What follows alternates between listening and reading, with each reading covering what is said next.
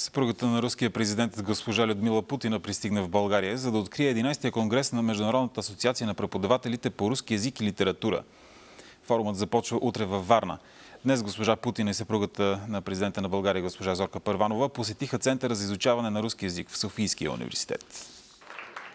Людмила Путина от години е ангажирана с каузата за популяризиране на руския език по света. Днес първата дама на Русия си спомни студентските години. Тогава Людмила Путина е живяла в общежитието заедно с студентка от България. Тя беше с 5 години по-малка от мен, но с такъв ентусиазъм учеше наравно с руските студенти. Много мило и симпатично момиче. Центъра по руски език е съвместно начинание на Московски университети.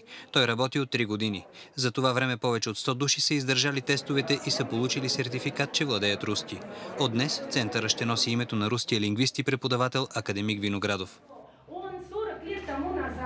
Преди 40 години в далечната 1967 той оглавява новата тогава Международна асоциация на преподавателите по руски език и литература. Именно Виноградов казва, че езика се обогатява заедно с развитието на идеите. Раждането е началото на един нов живот, а кръщаването е символ на неговата индивидуалност, на неговата идентичност. Надявам се, че вашият център ще има неоспорим принос. Ще има голям принос в укрепването на дружбата между народите и развитието на нашите отношения. Госпожа Първанова припомни, че преди векове именно от България учениците на Кирил и Методий разпространяват писменото слово на православното християнство. По-късно, след османското завоевателство, българските книжовници и българските книги намират убежище в руските манастири. За BTV новините Валери Маринов.